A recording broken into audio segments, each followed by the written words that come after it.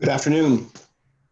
Welcome to this webinar on Mobilizing Dads to Promote Gender Equality. As you all know, Sunday upcoming is Father's Day, and NAMEN, the North American Mitigation Network, thought that this would be a great opportunity to have a focused conversation around what's happening in terms of efforts to specifically to mobilize fathers in this work. My name is Russ Funk. I am the program consultant with the North American Mitigation Network, and I am very happy that you all are joining us. I suspect that we'll have more come online as the webinar continues and as we get going, but wanted to go ahead and get going. For those of you who aren't aware, the North American Mitigation Network is a network of efforts and organizations in the United States and Canada focused on engaging and mobilizing men to promote gender equality and to a large degree prevent gender-based violence. We have more than 100 members in both the US and Canada. As this slide depicts, we have about a 10-member board of directors. Our largest amount of funding comes from the Global Mitigation Alliance, and we have three active committees. Before we start, I wanted to take a minute, and the panelists and I agreed to this, that taking this context is important. And in the moment of this pandemic and the most recent racial uprisings, has certainly made our work and our fathering differently complex. In the meeting that we had planning this, we all kind of shared how this is differently hard than it has been, and I want to take a moment for all of us to just kind of notice that we're in a weird space, and it's challenging to pay attention to raising our sons and our children in the context of social isolation. The panelists and I all have kids at various ages, and it's just a real challenge in terms of thinking about the social dynamics that they're in the midst of and keeping safe. And then on top of that, the layer of the racial uprising and the different racism that is being highlighted. This upcoming Father's Day for me has some different meanings as a result. Today's webinar is roughly organized into three sections. We'll start with an overview from each of the panelists, who I'll introduce here in a minute, and provide an overview of their efforts. Then we'll have a more dynamic, interactive conversation around our efforts as the interaction of our daddying and our activism and advocacy, and then open it up to a discussion with you all. You are encouraged to make your comments, raise questions in the chat. Alan Heisterkamp will be monitoring that for us, and throw those comments into the conversation as we go. Your team for this is myself as the host, sort of, whatever I am. Alan is doing kind of monitoring the chat, and Craig Norbert Bohm is the administrator of this. For our panelists, I could not be more thrilled with the panelists that we have. Emiliano Diaz de Leon is the male engagement specialist for the Texas Association Against Sexual Assault, and is the father, as you can see in this picture, of an absolutely beautiful and fun 10-year-old. Greg is the director of community engagement for Men Stopping Violence, and is the father of a 12-year-old who I don't know, his son. And Humberto is the executive director of the White Ribbon Campaign, and is the father of 3 children, 18, 19, and 21. I am, as a facilitator or host of this, I have a 10-year-old son, and I'm based in Louisville, Kentucky. With that, I'm going to turn it over to Humberto, who's going to start us off and talking a bit about their work with the White Ribbon Campaign. Great, thank you very much, Russ. And I'm going to try to share my screen here, so just bear with me for a second. Is everybody able to see that? Yeah. Okay, hold on, and sorry, I'm just trying to change things here. I may need some help. Hang on.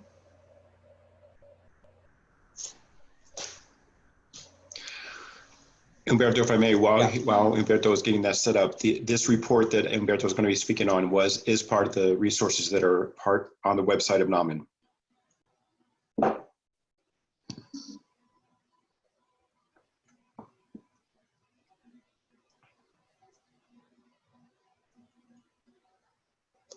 Sorry, folks. I think I'm getting here. Okay. So, view and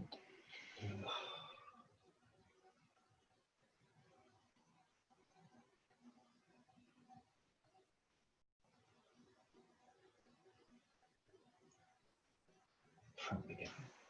There we go. And I need to switch this to. Okay. Is that? Does everybody see that? Yep. Okay, great. So thanks so much for your patience there.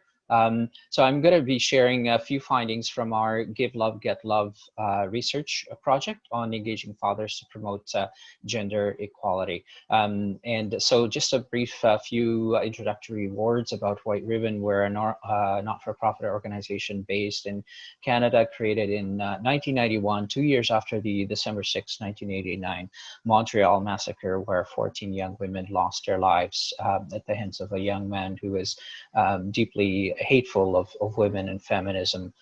So the organization was created by a group of men who felt that men were largely absent from any conversations regarding the aftermath of that tragedy. So they came up with a white ribbon as a symbol, as a pledge to never commit, condone, or remain silent about men's violence against women. So you can have a look at our website and sign on to that pledge as well, as if you'd like. Our vision is a future with no gender-based violence.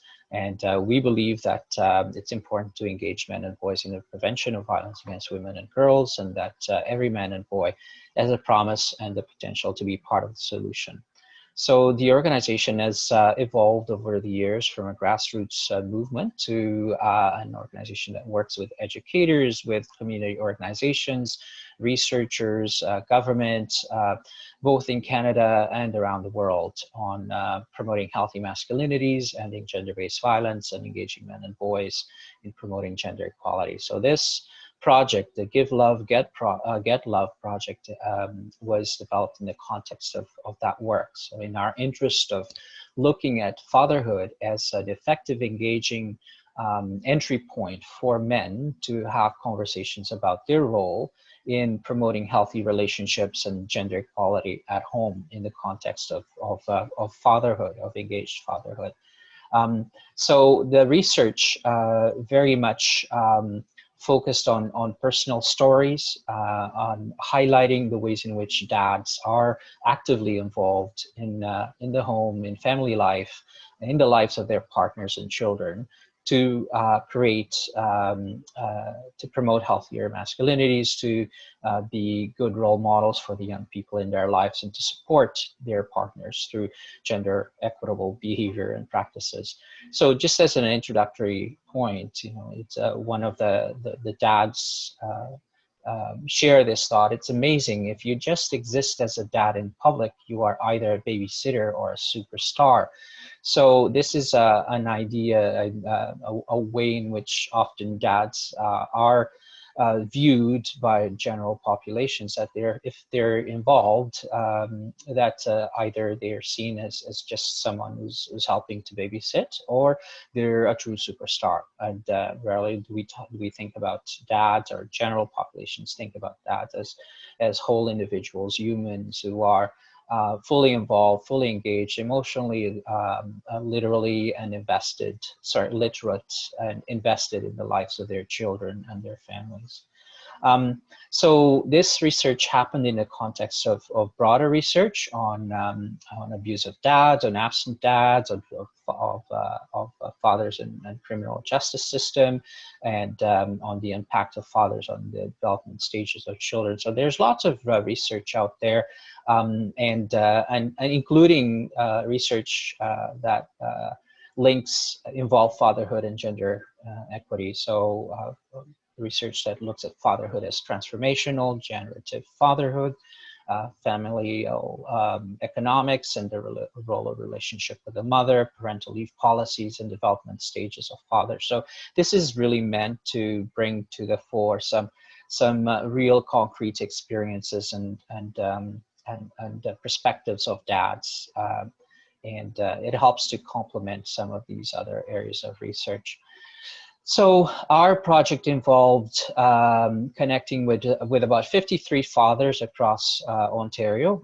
The recruitment, this was done in partnership with Dad Central, and a fatherhood organization in Canada, and funded by the Ontario government.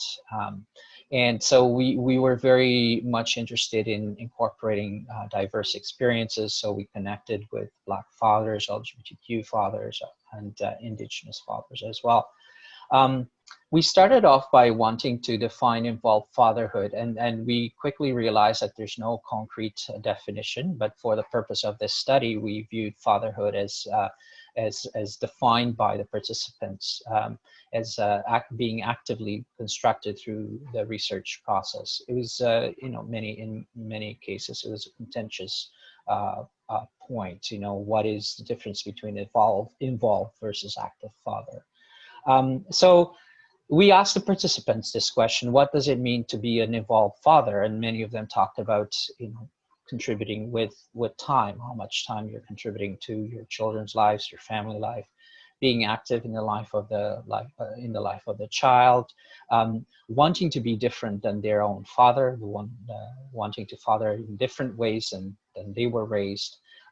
Involved, some of them looked at an involved father as a provider, and they, all of them, saw gender equality as an extension of a healthy relationship. So that was part of a healthy relationship.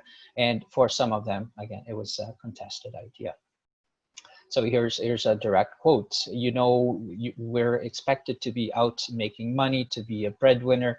I learned that an involved father is somebody that actually sits down, listens to their partner, listens to the needs of the family, and works with the family, and not doing this independently. So some of the fathers had that experience of staying at home during fatherhood, during the early stages of fatherhood. So they talked about this being an equal decision that was made jointly before the arrival of their children. It often had to do with finances and the family's ability to accommodate the father staying at home, and this may be a reflection of the inequities that exist in wages between men and women in particular. It was seen as a unique opportunity, and many fathers talked about this being more normative for many men. So things are starting to change, have been changing slowly, and many of them talked about resulting in an increased understanding, but with the experience of feeling isolated as well when dads stay at home to take care of their kids. So here's an example. I mean, for me, I leave my work to take care of my children. My wife stayed working, and I was the one cooking, doing laundry, teaching them, taking them to school, and all of that. And another participant mentioned, I felt like I was the only guy doing it. When I was home with my daughter for 5 weeks, I didn't see any guys at any of the groups. I Googled it, and I didn't find many groups for dads. So this speaks to that sense of isolation that many experience when they stayed at home. So many of them talked about the importance of connecting, of being able to connecting with other dads. So in this context, it's important to create those spaces for dads to connect with one another, for there to be opportunities for dads to have that communication with each other and support and exchange challenges and ideas. And it's the fact that it's for many, it's not easy to meet other dads who are taking time off work.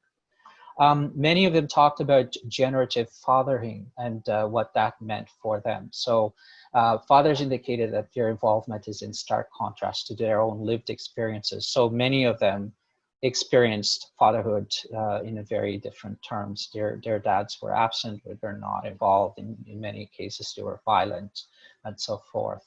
And so that this is an opportunity for many of them to do things differently than what they had experienced growing up themselves. So it was, for many of them, it was a very conscious decision that they made in taking those kinds of steps, being an at-home dad, focusing on gender equality, healthy relationships, being good role models, and so forth.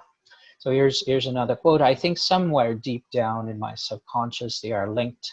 Growing up and not having a dad, I made one promise to myself that if I ever had a kid, I wouldn't want them to miss me being there. So the absent father can be a motivator for different behavior, but also the involved and present father can also have a tremendous impact on how kids view parenting and fatherhood, right? For their own experiences if they choose to become fathers in the future.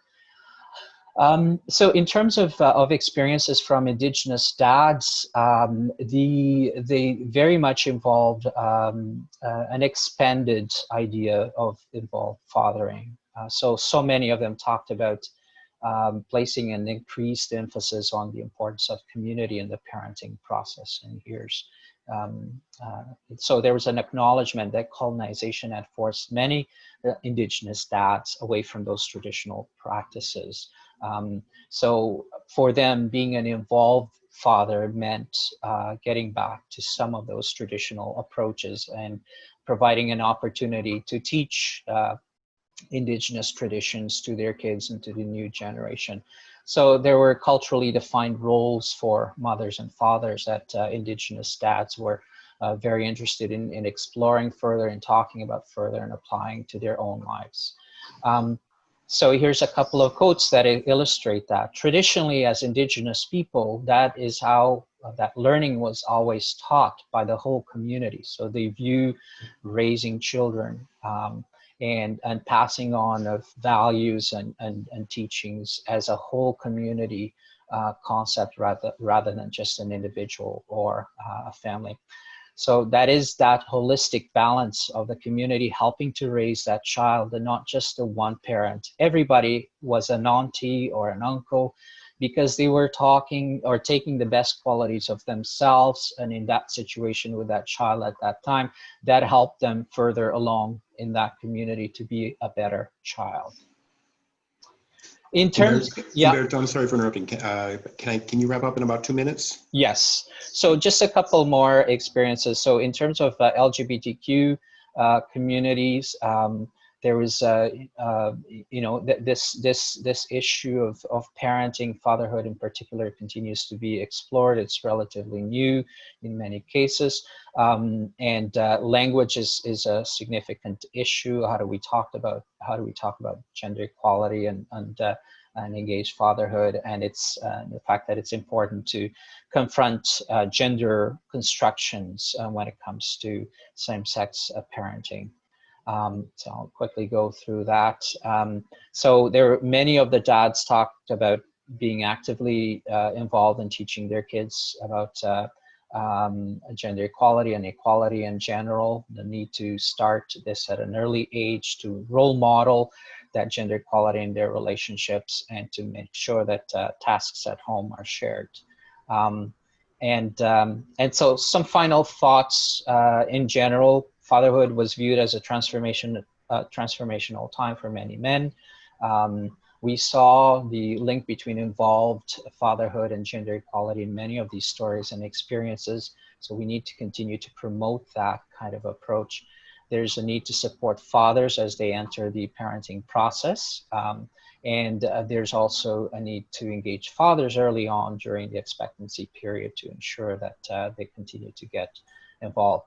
So all of this to say that when it comes to promoting engaged fatherhood, if it's done in a holistic way, in a feminist way, in a promoting gender equality and healthy relationships, we have an opportunity to embrace feminism, to fight misogyny, to challenge sexism and end violence against women and girls, and end all forms of oppression, racism, sexism, homophobia, colonialism, transphobia, etc., when dads are actively involved in the life and in the education of their children. So as those of us practicing in this field, these are significant entry points through which we can promote those values. So I'll leave it at that. There's so much more to say. I encourage you to get in touch, check our website, download the Give Love, Get Love report, and find out much more about these stories and experiences and findings in detail. Thank you. Thank you, Umberto. I'm a tremendous fan of that report. I remember when it came out, and I devoured it. And one of the things that struck me about that report was just that notion that you raised around how it from my read, it seemed to happen kind of organically, that these fathers talked about. They weren't preparing for it. They weren't necessarily define themselves as feminist dads, didn't necessarily define themselves as feminists before that experience of fatherhood, but that their experience of fathering just naturally opened themselves up to this notion of gender equality and gender transformation, which I think is, you're right, you're dead on, that this is an amazing opportunity that opened an amazing window for us to really dive into that. So thank you. Really, thank you very much. Really encourage you all to check out that report.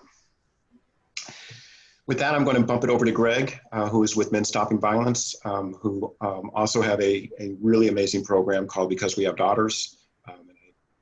Greg, to you.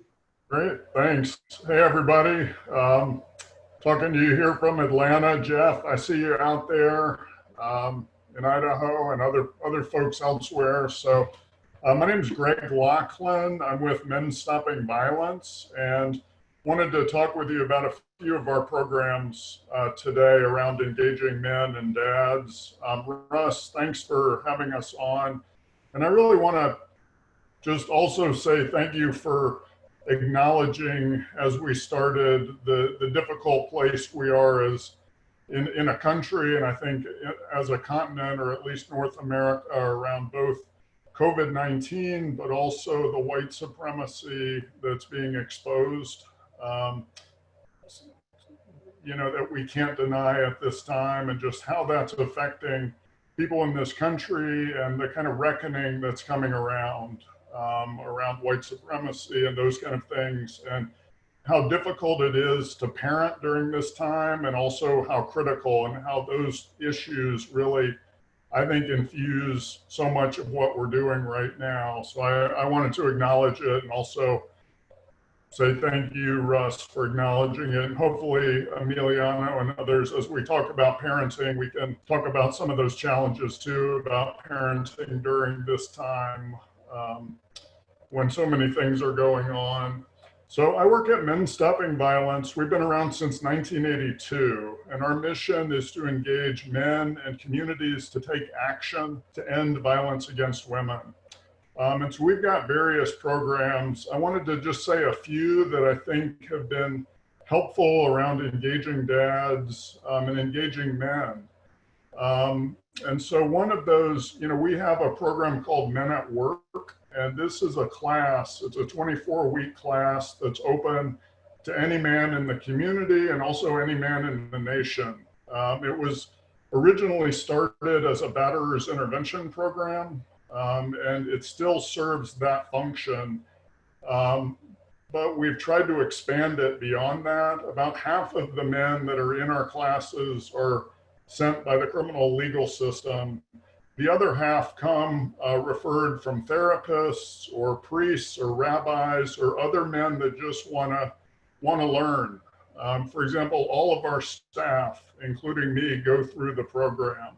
And so the first thing that we do is hold a mirror up to what are those elements of male socialization and training that we've learned and that we move with and really affect us as partners and as dads.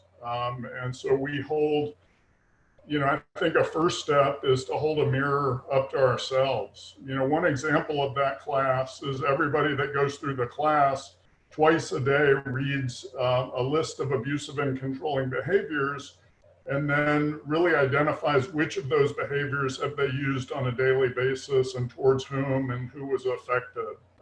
And so obviously on those lists, you get things like, pushing, shoving, physical violence, but you also get into things like, when have I withheld help on childcare? When have I been emotionally withholding? When have I not followed through on agreements? And really things that we do on a daily basis, with our partners and with our kids and that kind of thing. And also part of the class is learning to take feedback and learning to listen. And so part of the class, men give other men feedback, and part of the practice is how do I listen to that? How do I hold that? And then we also ask men to reach out and connect with the other men in the class each week, because I think, Humberto, like what you were talking about around the isolation of men, we're trained not to reach out to other men. We're trained not to connect. And when we don't do that, when we don't connect as dads, when we don't connect as other men, the women in our lives, the partners in our lives, the children in our lives pay for that. And so I think it's ironic that a traditional batterers intervention program can also be the place of transformation where men like me and other men kind of learn some of those skills that we need to learn to be good partners and good dads.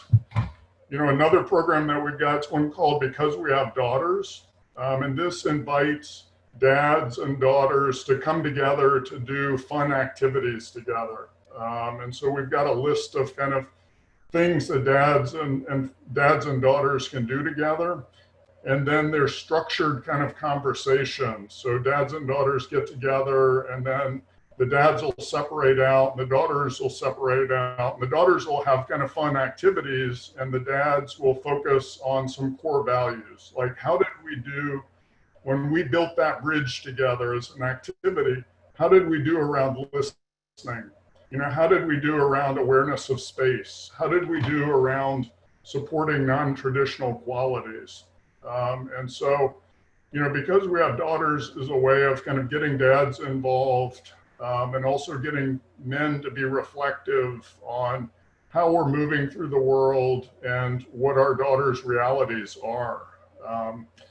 And so one thing I wanted to be clear about it, Because We Have Daughters, none of it's designed to change the daughters. The daughters are there just to have fun with their dads.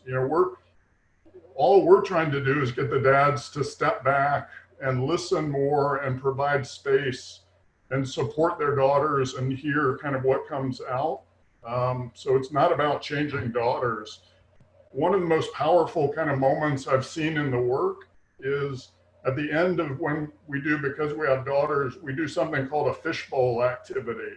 And daughters will put messages in a bowl that they want their dad or their dads to know. And so then they'll anonymously go around and pull things out that a girl wants their dad to know. Like, Dad, I love it when you play with me.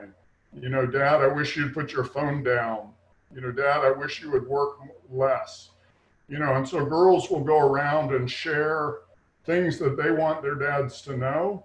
And then we end the program, the dads come in the circle and repeat back exactly what they heard.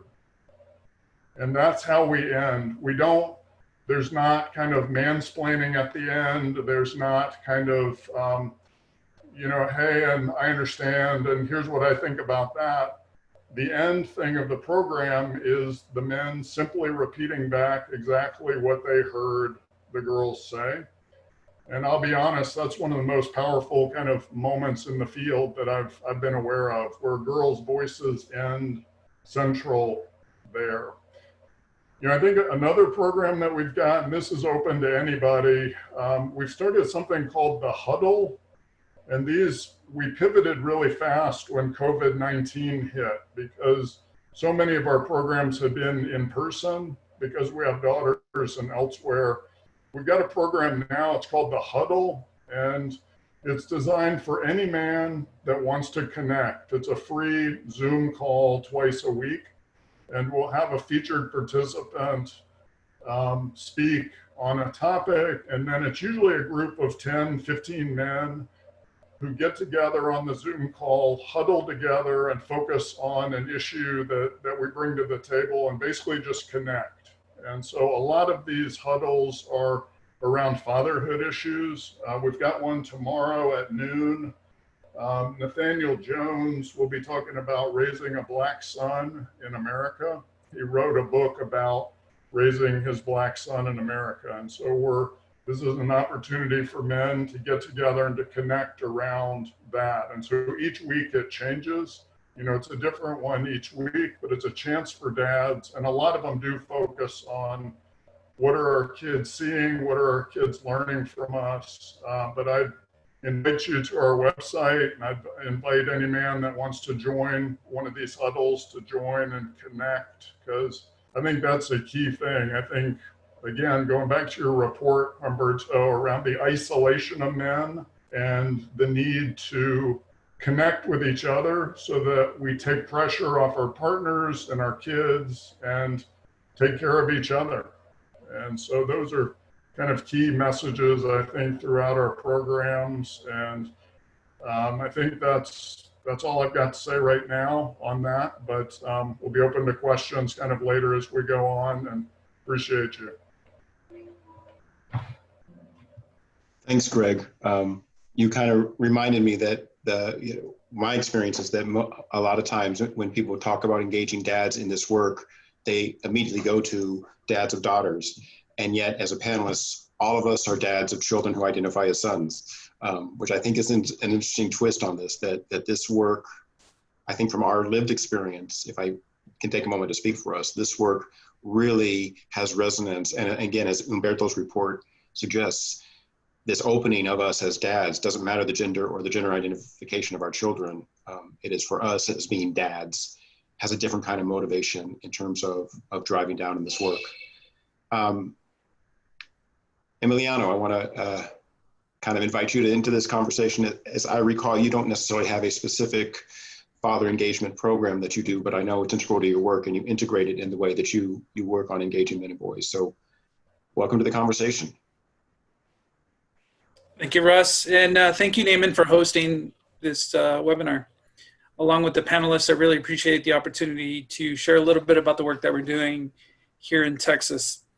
So my name is Emiliano Diaz. I am the Men's Engagement Specialist with the Texas Association Against Sexual Assault. We are the Sexual Assault Coalition for Texas. So I work primarily with rape crisis centers that are doing both violence prevention and providing victim advocacy to victims and survivors of sexual violence. So one of the unique things that we're starting here in Texas is starting next month, we are organizing a statewide Texas Men's Story Project. I don't know if folks are familiar with the Men's Story Project. I'm going to share a link in the chat so that you can familiarize yourself with it, but we're going to be starting a virtual statewide Men's Story Project here in Texas. And what's unique about this project is that it is a collection of stories of individual men with diverse backgrounds, including age, race, sexual orientation, gender identity, relationship status, experience with violence, etc. And so we're excited because we're going to be able to invite men who identify as fathers and father figures to be a part of this project and to share their stories, their experiences of fatherhood, their experiences of maybe witnessing and experiencing domestic violence or being abused by their own fathers, and but also talk about the joys and through performance pieces. And so if for folks that aren't familiar with the project, the idea is to invite men to share their story through some type of performance, whether it's spoken word, whether it's dance, whether it's a monologue. But this project, we're inviting men from all over the state to be a part of it. And these performances will be virtual due to COVID. And so we're excited about rolling this project out. And so if you have, friends or families or colleagues or coworkers in Texas, please just encourage them to reach out to me if they're interested in being part of this project. So we're really excited about that because I think it will really give male identified folks an opportunity to really share a part of themselves that they might not do in sort of their everyday life. So if you know any performer, like any artists or performers, please encourage them to reach out to us if they're interested in being part of this project. So of course, we'll be sharing that through all of our social media platforms. We encourage all of you to follow our work at TAASA.org. We're on Facebook, Instagram, Twitter. So you can just follow the work from where you are. participate and attend even one of the virtual performances that we're hoping to do in the fall. So that's exciting, and it is going to be a really great way to engage men who identify as fathers and father figures around the state. In addition to that, starting in October, we're going to begin a series of virtual roundtables, very similar to what Connect is doing in New York City. Because of COVID, they've had to sort of transform their conversations into these virtual spaces. And so we're going to begin a series of virtual roundtables with men. And of course, we hope that those men will include fathers, diverse groups of men that get together and talk about masculinity once a month in a virtual space. And so this will be a really unique opportunity. TAASA has never engaged in prevention work. We primarily provide training and technical assistance to folks who are doing prevention work. And so I will be facilitating both of these statewide efforts.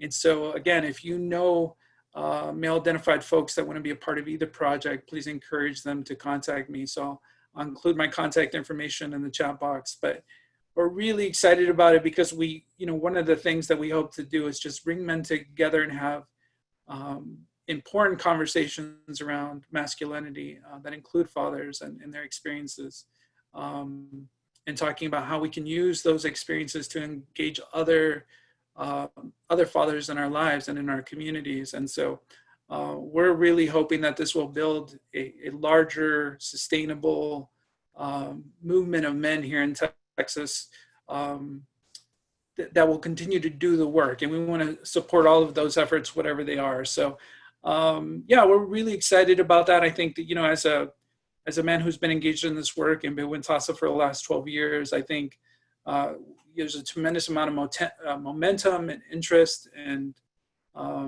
we're excited to be sharing that with you and and invite you into what we're learning from those projects. Great, thanks Emiliano, gracias. So next, we're going to kind of slide into a more interactive conversation amongst the four of us in terms of what the impact of or the interactions between our dadding and our activism.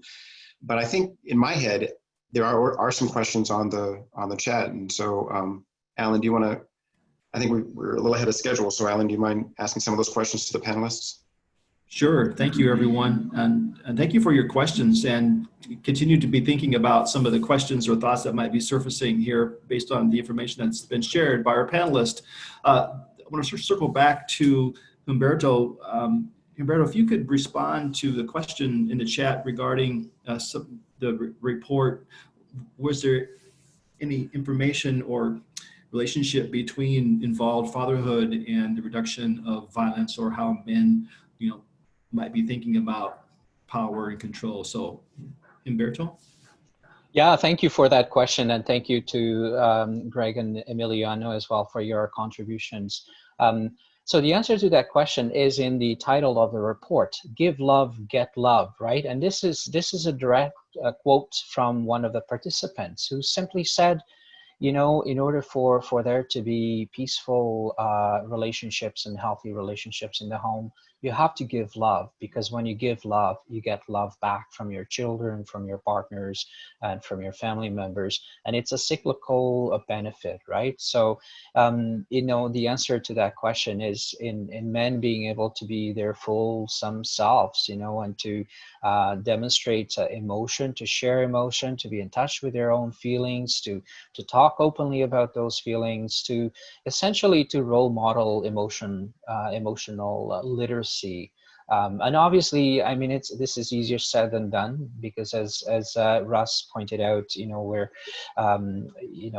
all, and Greg did it as well, we're all socialized to be these tough and stoic kind of beings, right? So we have to step outside of that box and demonstrate empathy, and we have to demonstrate those kinds of feelings: the sadness, the crying, the fear, and so forth. Because when we're able to do that in healthy ways, we're less likely to use violence and control and dominance and so forth, and are much more able to be open to listening and empathizing with our kids' feelings and our partner's feelings and needs and so forth. There's been some also technical research done on this, and I would have to get back with some specific links. But those were the things that our participants talked about in our research. Great, thank you. And Humberto, you kind of a segue into this next question, and I would open this up to all the panelists to respond. The question regarding regarding to raising our boys, do you have any thoughts on how we can more effectively raise our boys to become good men? What were some of your continued thinking about that particular question? Thank you. Thank you for that question, Alan. I think it's a really interesting time. One of the things that we explored as a panel, just in terms of preparing for this webinar, was just how difficult it has been parenting during COVID and sort of in isolation from other fathers, and from my son, is isolated from his friends, and I think it's been difficult for all of us. We continue to remain home, like we don't have plans because I'm sure folks are following what's happening here in the United States, and specifically here in Texas with the rates of COVID increasing in our state. We're reluctant to begin to venture out, even though the state is reopening, and so we intend to stay home and to stay safe. But I think we've been here in this house together for the last 6 months. And so we haven't had the opportunity to play and to explore and to do the things that we would normally do. And I think it's been really challenging for us. But I think there's also an opportunity in terms of my relationship with my son.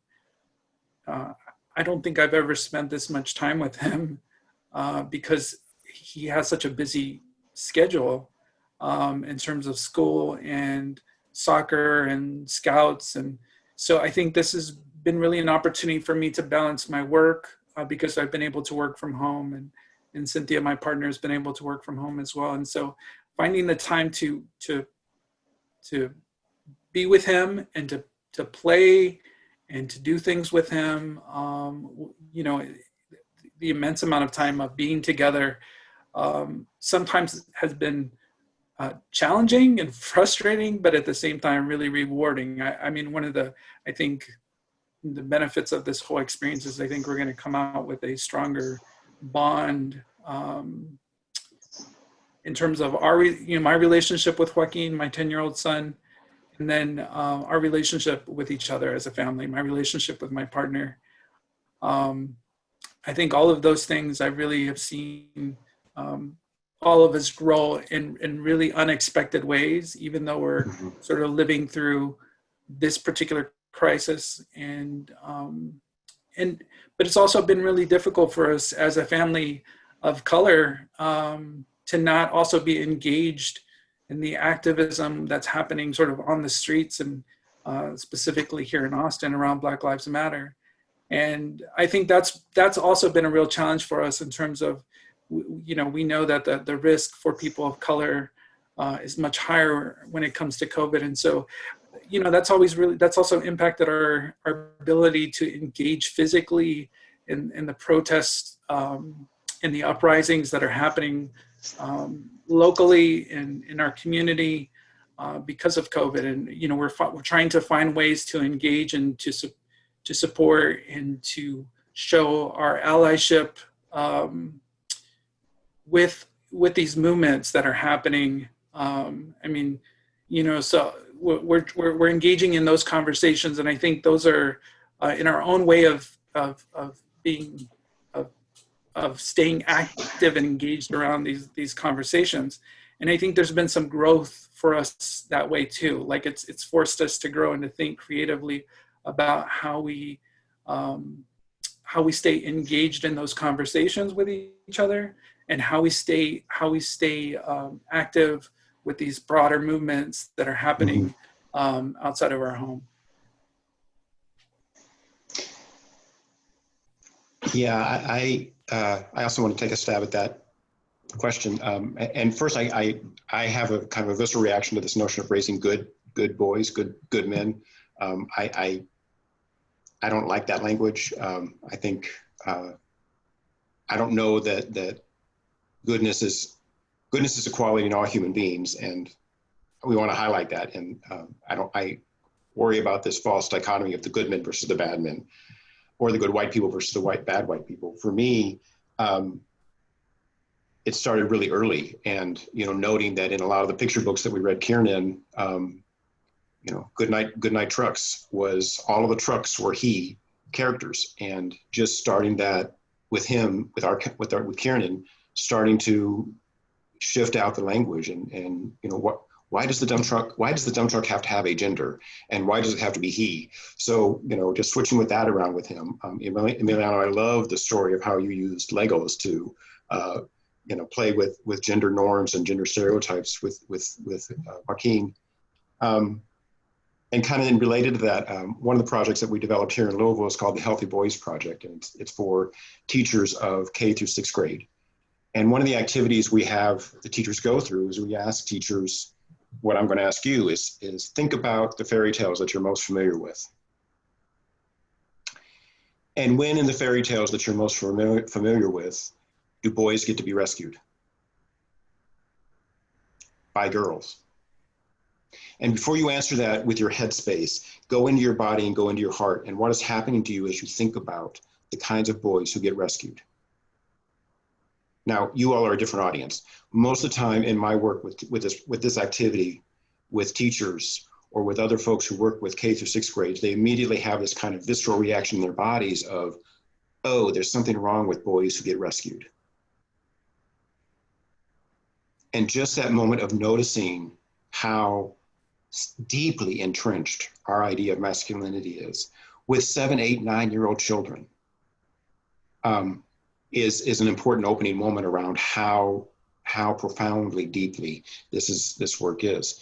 And so, a counter is to create some fairy tale stories where boys get rescued, because we all know that a part of the human experience is both being rescuer and rescued. And that shouldn't be kind of stifled because of our gender identity. For us, kind of as Emiliano expressed with Joaquin, as Kiernan has entered into kind of the double-digit ages, his awareness is much higher, and so we can have those conversations around what's it like for us as a white family in this moment in Louisville, Kentucky, which, as you all may know, has been one of the hot spots of the activism. And like Emiliano, we're a little hesitant to join the marches and the rallies, and there's other things that we can do. And one of the things that we have done is, and this was partly led by Kiernan, we have dozens of Black Lives Matter signs on our porch that we hand out and we make available. And he is reaching out to his friends, and he is reaching out to his friends and asking them if they want a yard sign to put out in their family. I think those kinds of examples of modeling, but also supporting the creativity and the energy that children naturally have to kind of find solutions. There's a lot of work with young children about how compassion and empathy and activism behind that is kind of built into our DNA, and we stifle that out of kids. It's not that we have to kind of encourage kids to have that; they already do, and it's more around how do we get out of the way and let that emerge and support what emerges to come out in flourish. And what we found with Kiernan is that his heart is really in environmental activism. And he'll also do some of this other stuff, but he really is a little environmental activist. And how do we encourage that in him? Greg, Umberto, do you have thoughts or inputs on this question? Yeah, I would love to add to that, Russ. And for me, really, thinking about my own fatherhood experiences, so much of this has to do with what I mentioned earlier around emotional literacy. And I'm definitely one of those dads that very much identifies with the regenerative aspect of fatherhood. I want to father, I want to parent. Um, I want to replicate the good experiences that I had from my father, from the men in my life, and I want to to parent differently from the other challenges, challenging and difficult experiences.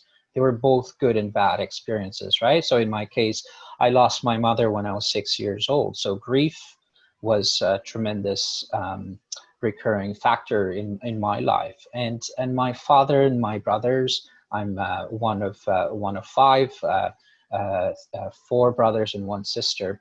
My father and my brothers were not able to role model proper, loss and grief and how to deal with that, right? So when my mother got sick, I was 3 years old. I was shipped off to live with my sister, who was older, who was married at the time. So right from the get-go, I experienced that kind of, men don't parent kids, right? So it's the women that look after little kids. So as a little boy in that transition, that was very difficult for me. So fast forwarding to how I came into parenting, my kids are adopted. We adopted them at the ages of 6, 7, and 9 years old. And they came into care because they lost their family of birth to family violence, in fact. So, part of my process of father and parenting these 3 little kids was to help them deal with that loss and that grief. And so I was able to draw on my own experience of not having proper supports and not having that emotional literacy and ability to deal with the loss and grief, to help them through that process directly, right? So to share my own feelings of loss and what it meant to me at that time, and what it still means to me today with them, and kind of role modeling the opening of talking about our feelings and being honest about it and being vulnerable and so forth. And I think that, so much of that is missing in our interactions with our kids, and for boys and young men in particular, this is really crucial, because we're told to kind of, just bottle all of that stuff in and not deal with it, right? So as adults, we have an important opportunity to role model that, and to do that in the context of other issues too, not just in terms of loss, but also in terms of gender equality, healthy relationships, in terms of anti-oppression and anti-racism. I used every opportunity I had to talk about the issues of the day, the challenges, challenging issues, to open up their minds and engage in conversations with them. So much so that now I find myself sitting back and listening to them. They come to visit, they come and start these conversations. They start talking about police brutality and oppression and anti-Black racism. And I sit back and I listen, and I'm in awe. So not to toot my own horn, but I feel like, those early experiences of having those really important, open, honest, emotionally laden kind of conversations with my kids really helped them to grow into much more emotionally literate kids, young men. And I know that you're going to be able to pass that on to subsequent generations, to their own families and so forth. Russ, I appreciated what you were talking about, kind of how deep in the body this is around male socialization and training. And I also think racism and just how deep it gets kind of into the DNA, and that it's really hard to think our way out of some of this stuff. It's so deep in the body. And I think sometimes, particularly as a white person, I think, well, I can think my way out of racism. I can think my way out of the sexism and kind of thing. And it's really tough because it's in our DNA, and the socialization and training goes so deep. And that's a challenge I have around parenting our son, is that I'm trained and socialized not to cry. And I don't do it. And I want a boy that's okay doing that. And so how do you hold that contradiction? I want to do that, but I got that beaten out of me early on, not by my family, but by sports teams and by other places that said, you just don't do that. And I want something better for our son, and I don't want to get in his way, but he's getting those same messages that I received. I will say, you know, and I hold these scripts. So I grew up in North Carolina, it was basketball country, and I just assumed our son was going to play basketball, you know, and so I drug him to basketball practices. I took him to Georgia Tech basketball camp. He didn't want to go. I kept thinking it would change. You know, I took him to a game, and so I'm like yelling, hustle, hustle. And he came over to me at halftime, and he's like, Dad, you know, I'll play basketball because you make me do it, but you can't expect me to care. That's too much. You know, that's going too far.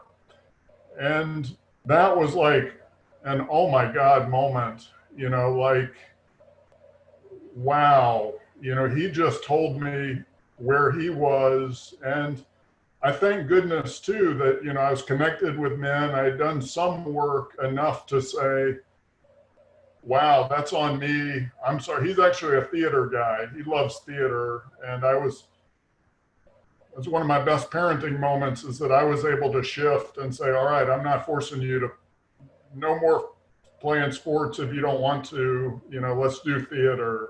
But how do we create the space where our kids feel safe enough to say, Dad, your script, the script you're working off of is not my script.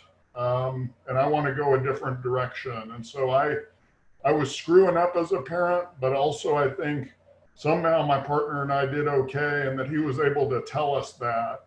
You know, I know we screw up in other ways too, but how do we create that space? And then how do we listen when our kids, how do we get out of the way of our kids rather than doubling down and saying, no, you're playing basketball no matter what. That's what a man does.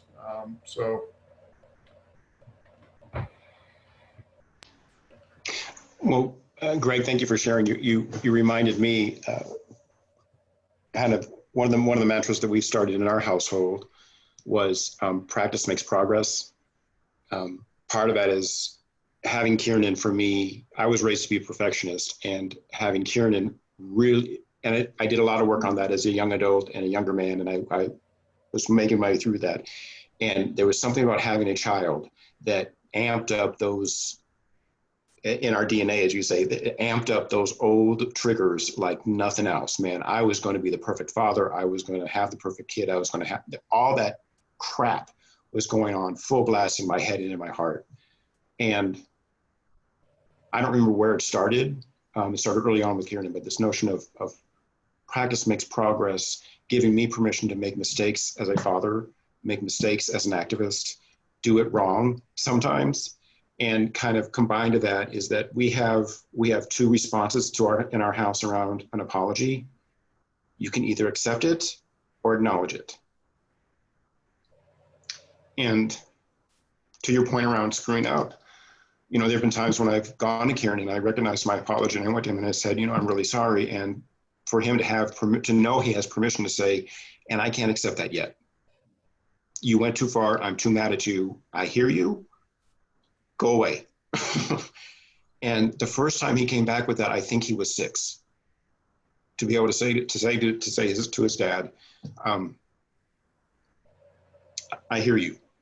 He didn't say it quite like that. He said it in 6-year-old language, 6 or 7. He was somewhere around there. But just having that modeling for him, and the modeling of amends making, which again, I was not raised to have. To this day, my father has never apologized to me. There's been no modeling of what it means to be a man making amends. And I think with Kiernan recognizing that I'm going to do this badly, I'm going to do this wrong. I say all the time that I'm always playing catch up as a dad. I just figure out how to parent you as a 10-year-old, and you're a 10 and a half. So I've got to relearn the script now. But just giving him permission to know that he can push back and let me know that I'm making mistakes and screwing this up.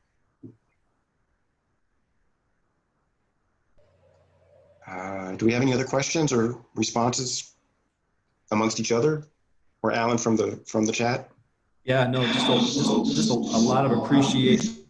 Excuse me, a lot of appreciation for your stories. And Russ, I was just wondering, maybe with time remaining here to open it up, you could maybe facilitate, invite folks to share some other examples of their experiences, what was helpful for them, as a young boy growing up in their families and or in their role as a parent. So, I mean, just fabulous stories. So maybe check those out too. Thank you, Russ. Sure. I guess one of the questions that I have for us is how has becoming a dad impacted on your own activism and your own experience as an advocate, or vice versa, and vice versa? So I do appreciate everybody that's on the webinar and just the panelists in terms of what they've shared about their own experiences. But I didn't have a relationship with my father. I grew up fatherless, and that in itself, was a form of trauma. I think, in terms of the trauma of witnessing and experiencing violence at home and on the street at the hands of stepfathers, right? So there was a lot of violence that I witnessed growing up,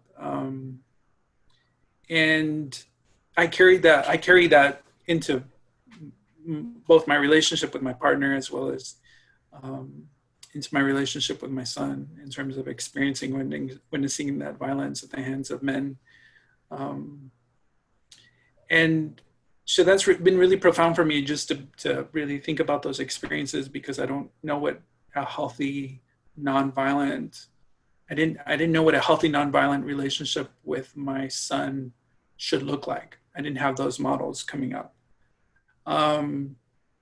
And so every moment of fatherhood has been just a tremendous amount of lessons and reflection and healing from the trauma that I experienced. I mean, the whole experience of fatherhood has also been very healing for me, because I have the opportunity to be the father that I didn't have, right?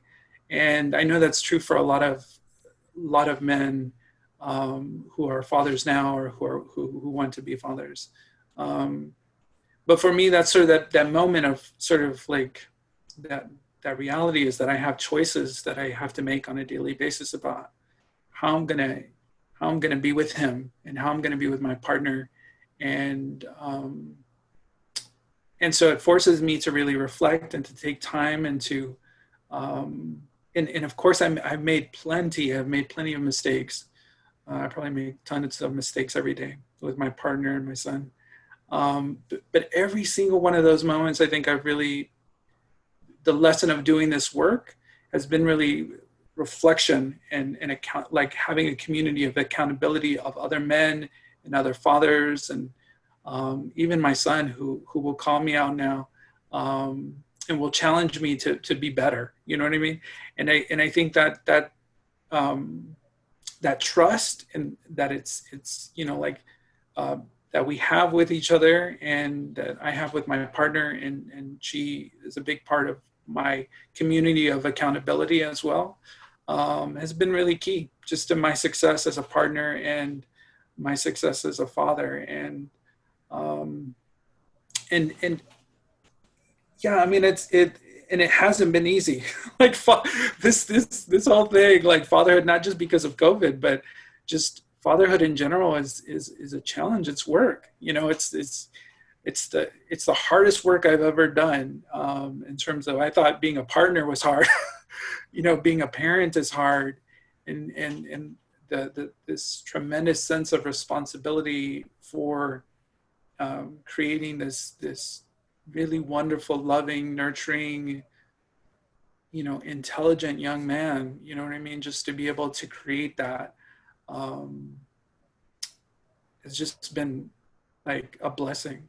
I don't even know how I have the words to describe how that relates. It's, I think to what folks were saying, it's really at the core of like, I didn't realize how much this was going to affect me. And it was going to force me to be vulnerable in ways that I wasn't, like Greg was saying, I wasn't quite ready for. Like I didn't realize that I was going to have these kinds of feelings, and which is really unfortunate, because like Greg was saying, I think this idea of masculinity, about fatherhood, about being stoic, and all the things that come with being a man of color, and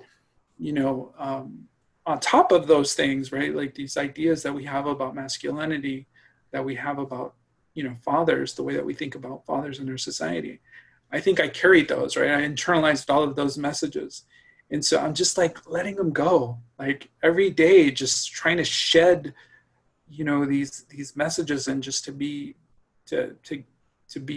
more vulnerable. And my son said something really interesting. He interviewed me, and I'll share it in the chat. Casa de Esperanza is doing a series on fatherhood with Latino fathers, and they interviewed me. But the person who interviewed me was Joaquin. And one of the things he shared when I asked him about what advice would you give dads of sons, is he said, to be yourself. Just be yourself. And as I listen, because they just released it today, but as I go back and I listen to that, to that, I realize that he's really, he's sort of a mirror. Like I'm getting this place of like he's just reflecting what he sees in me, and I can't imagine what kind of man he's going to be. You know what I mean? It's like the idea of like, here I thought I was, that I still have a lot of, there's a lot of places that I have to grow. And I think having a community that encourages me and supports me, a lot of men on this call that really, like this community of support, this community of accountability, I think is really key in terms of our growth as men. And I can't tell you, I mean, I hope you understand how profound that is, how much of a gift that is. So thank you for that question.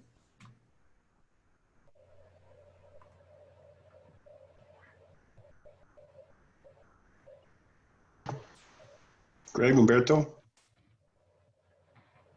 anything you want to add? I mean, I think just a couple quick things. I think, being a parent in some ways kind of slows my activism down. I mean, I've got limits now. I've got responsibilities at home in addition to kind of being out in the community. And I think some ways, limits are good. And I also think a lot of us as men, I'm looking around at who's on the call, we may be identified in the community as activists, or, oh, look at Greg, he's with Men Stopping Violence. Look at Russ, he does, he must be a great dad. And then we've got the reality check at home, that I think, I'm spending so much time at work, that I'm doing social justice work, but I've still got obligations at home that, I think we have to attend to. I was on like 7 hours of Zoom calls yesterday around ending male violence against women. And when I got out of that, my partner very politely said, we had agreements, that you were going to be, taking care of the kid kind of at this time, so I was doing this activism out there, but I think being a parent as well, sometimes our families can call BS, around what are we saying out in the community, and then what are we doing at home, and that we've got to be accountable at home and invest energy in home as well. And I also think it's increased my activism as well, because I can see male socialization and training and all the ways that I was trained not to care, coming at JP as well. And so this is personal now too, when I see both how pornography affected me, but then I'm also aware that JP is getting at the age where other kids are watching pornography on his phone. And, there's sports, there's all the kind of messages I received. I'm just very aware that those are coming for him as well. And I can't protect him from those, but I can help him develop critical consciousness about that. Like we watch commercials together, you know, and we talk about, so what's the message there? You know, what's the message that you're getting, you know, from that commercial, and is that true, and does that ring true to you? And I think just kind of having that kind of critical consciousness, I think, you know, is one of the things we can help our sons and daughters with. So the other thing I'll say, you know, I'm glad the panel's answering these questions, but I feel like we could open it up, you know, to everybody. And you know, I'm not, facilitation wise, I'm not sure if that works, Russ, but just, I feel like everybody's got answers and everybody's got struggles to these questions. Like, you know, I'm no more of an expert on that than anybody else. So it's kind of where I am. Thanks, Greg. Yeah, and just like to support that idea as well. I'd love to hear from other folks about their own experiences and lessons learned as well, because we all come at this from such a diverse set of points of views. And certainly, you know, in terms of myself, activism and engagement in this kind of work definitely has been a very personal issue, a very personal matter for me from a very young age, right? Given my own experiences, and I've been able to bring those experiences and allow them to positively influence how I approach this work, right? The belief that men can be positive role models, the belief that men can have made mistakes and can make changes and amends and can move forward in positive and healthy ways. The belief in role models, both men, women, people of all genders.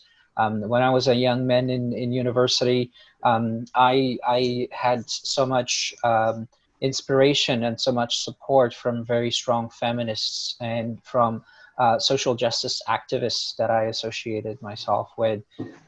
So, you know, thinking of my own experiences and my own trajectory, I can definitely relate to that idea that when we positively influence young people along the way, when we have great role models, not just within our family members, our fathers, our parents, our siblings, but also the community members, folks around us, our peers, you know, that can make a significant difference in helping to raise new generations of gender equitable, emotionally literate, healthy folks. So that is what, you know, I keep in mind in terms of call to actions. Like we all have an opportunity to do that in our work, and everybody, all dads, all family members, women, men, all parents, educators, community leaders have the opportunity to influence young people in the same way that I was influenced growing up.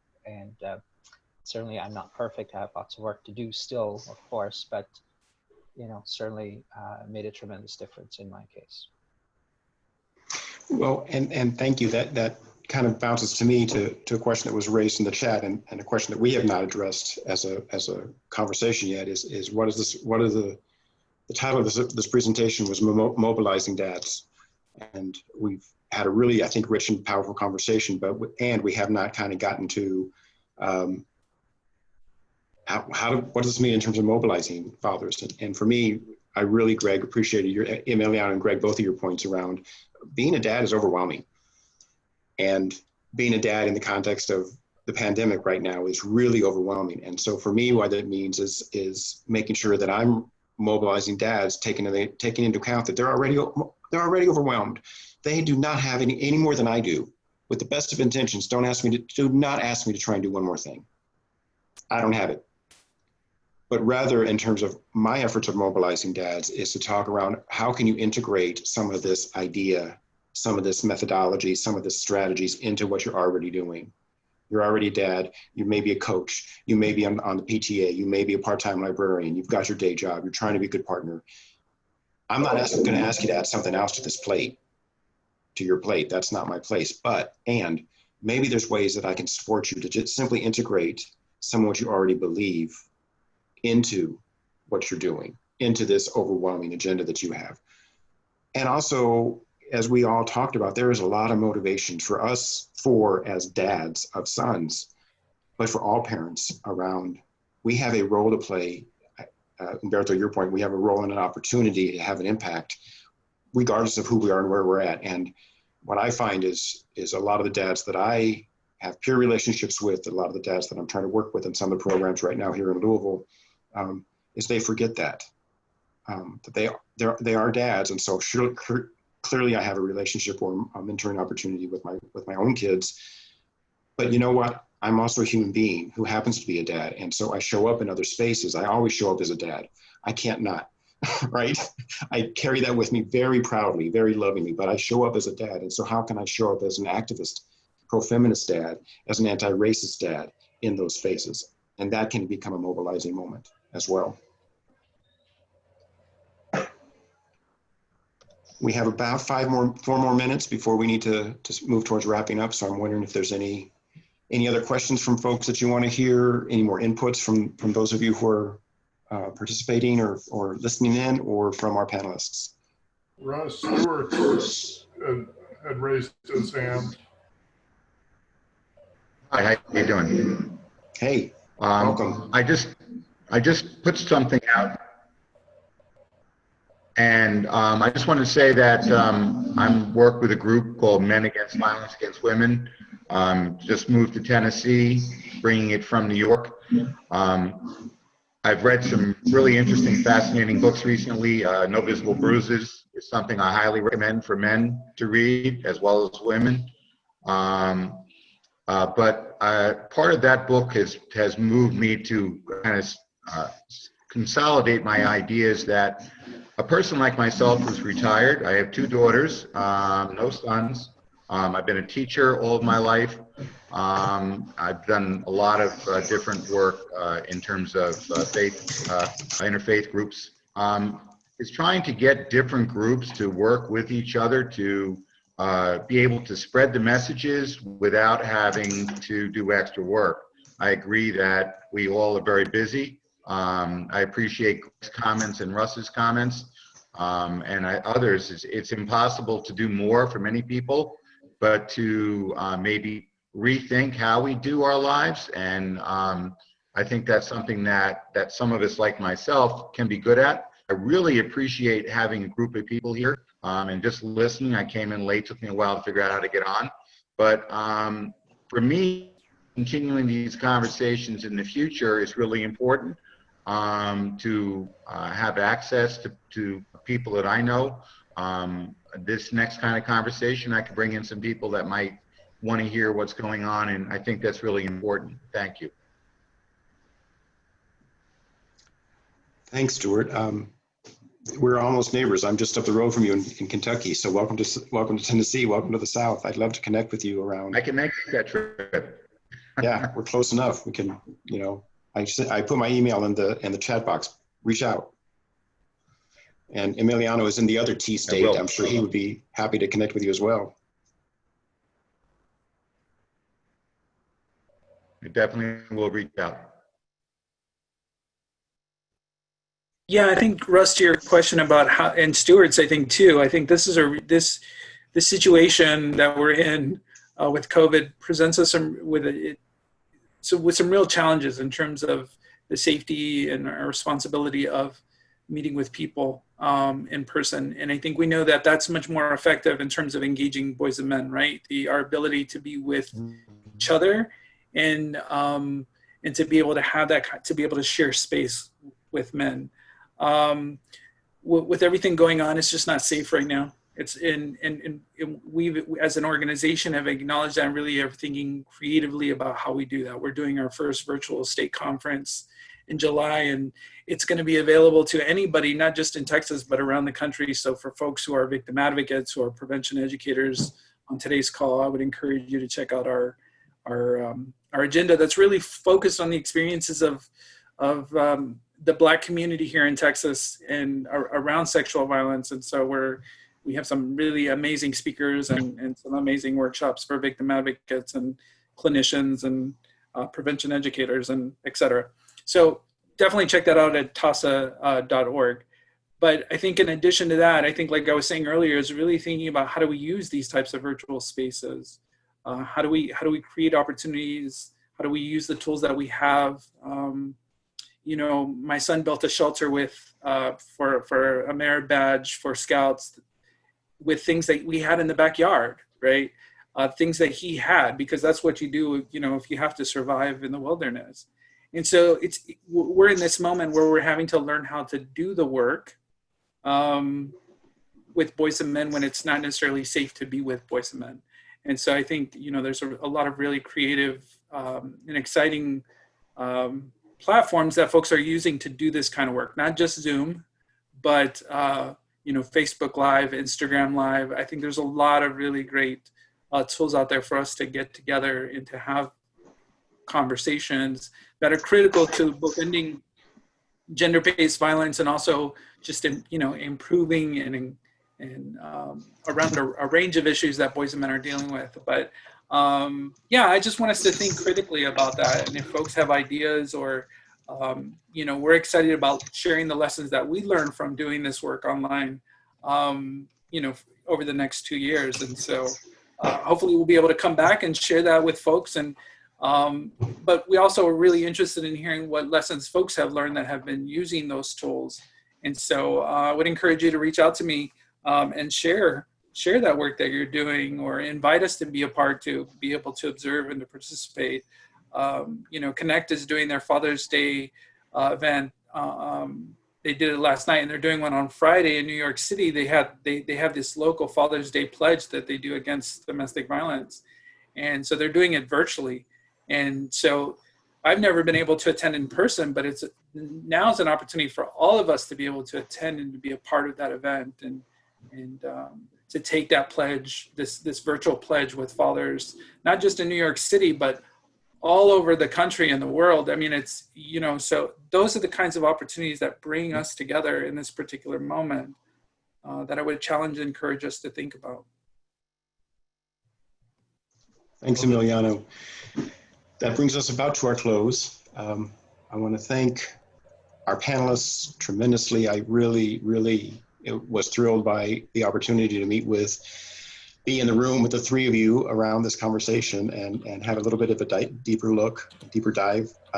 And to the participants, thank you all for showing up and for showing up so presently. There was a rich things pretty solidly on the chat line, which is always an indicator for me around how do you assess people's engagement in this format. And well, the chat room is the best way to do that. For those of you who are members of NAMEN, thank you. We appreciate your support. The membership fees is a big part of the NAMEN budget, but we are also a membership organization. And so not only is it about receiving your money, but also giving us guidance, giving the organization guidance about what we do to support you and your work. For those of you who are not NAMEN members, for those of you who are guests tonight, I would highly encourage you to consider joining. NAMEN is the network for male engagement efforts in the US and Canada. These kinds of opportunities to share and learn from each other and peer learn and peer teach is exactly what NAMEN is about.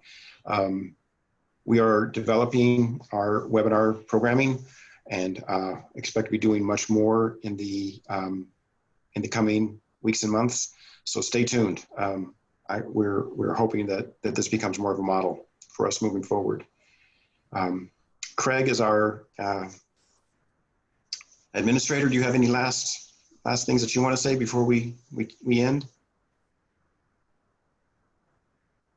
Thanks for calling on me. No, just thanks everyone, and I really appreciate the work done and the beautiful participation that everyone who joined us today is having in their work in the world and with us, you know, and we hope to build a successful community of practice that is a circle of accountability, as Emiliano so eloquently mentioned. So thank you all. Thank you all. Be well, stay safe, and have a wonderful weekend. Thanks, everybody. Take care. Happy Father's Day to all the fathers and father figures on the call.